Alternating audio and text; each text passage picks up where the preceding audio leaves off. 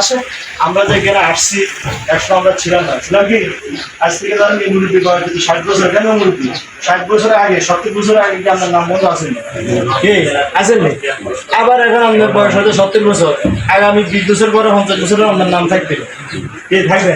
তার মানে আমরা একসময় ছিলাম না, এখন আছে আবার থাকবো না নাকি? এই যে আল্লাহ আমরা ছিলাম না, আসি আবার থাকবো না, এর মধ্যে আল্লাহ একটা টেকনিক আছে কিনা, আমাদের দিকে আল্লাহ কিছু একমত আছে কিনা? সেটা হচ্ছে কি, আল্লাহ দেখতে চায় আমাদের জীবনটা, আমার হায়াতটা, আমার মেধার যোগ্যতাটা আমি কোন পথে ব্যয় করলাম, আমার এই জীবনকালটা আমি কোন পথে ব্যয় করলাম। যদি আমি আমার জীবনকালটা সঠিক ইসলামের পথে, আল্লাহ রাসূলের আদর্শ পথে ব্যয় করি, তাহলে আমি পরকালে জান্নাত পাবো, জান্নাত পাবো। আর যদি আমি দুনিয়ার জীবনটা আমি আল্লাহ রাসূলের আদর্শ বাদ দিয়ে দুনিয়ার কোনো আদর্শের পিছনে, ব্যক্তির পিছনে, নেতার পিছনে ব্যয় করি, তাহলে আল্লাহ তাআলা কি আমাকে আসামি ডাক করা দাঁড়াতে হবে। এখন আল্লাহ শাস্তি হিসাবে আমাদের কোথায় দিবে? জাহান্নামে দিবে। আমি অনার্স মাস্টার্স পাস করলাম, বিএ পাস করলাম, ডাক্তার, ইঞ্জিনিয়ার নাকি, আমার বিশাল নাম কাম, কিন্তু আল্লাহ আদালতে আমি যদি আসামি হয়ে যাই, যদি আমি রাসূলের আদর্শের বিপরীতে চলি, তাহলে কি আমি জাহান্নামে যেতে হবে না? তাহলে আমার এই মেধার যোগ্যতা, আমার এই হায়াতের কোনো দাম আছে? আসেনি? তাহলে আল্লাহ আমাদের কেন পাঠাইছে? আল্লাহ জমি, এই জমির আল্লাহ, এখানে আইন চলবে কার?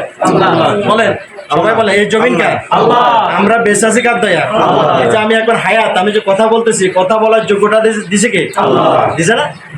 ওই যে রাসূল হযরত একদিন হযরত আল্লাহ রাসূল সাল্লাল্লাহু আলাইহি ওয়াসাল্লাম আলীকে জিজ্ঞাসা করছে, আলী তুমি তোমার হায়াত নিয়ে কিভাবে চিন্তা করো?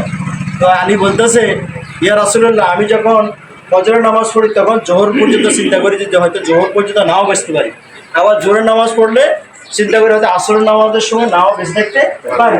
রাসূল সাল্লাল্লাহু আলাইহি ওয়াসাল্লাম বলতেছে, ও আলী তুমি তো অনেক দীর্ঘ কল্পনা করতেছো তোমার হায়াত নিয়ে। আমি যখন ডান দিকে সালাম ফিরাই তখন আমি চিন্তা করতে পারি না বাম দিকে আমি সালাম ফিরাইতে পারবো।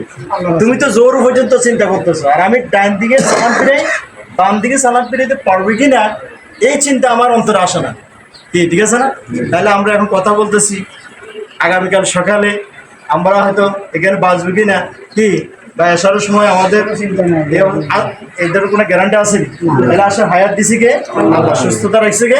আল্লাহ। তাহলে আমার এই সময়টাকে আল্লাহর পথে ব্যয় হচ্ছে।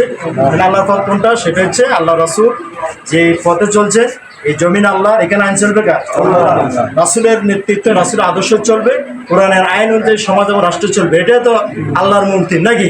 এই কাজটা করার জন্য আল্লাহ যুগে যুগে নবী রাসূল পাঠাইছে। অন্য নবী রাসূল নাই, তো নবী রাসূলের কাজ করবে কারা?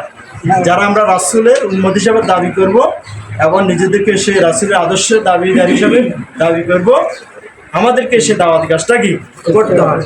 যদি আপনি করেন তাহলে আপনি হায়াতটা আপনি সঠিক পথে ব্যয় করলে, আর যদি আপনি না করেন তাহলে আল্লাহর আদালতে দাঁড়িয়ে কাল কিয়ামতের ময়দানে আমাদেরকে অবশ্যই হিসাব দিতে, ঠিক আছে না?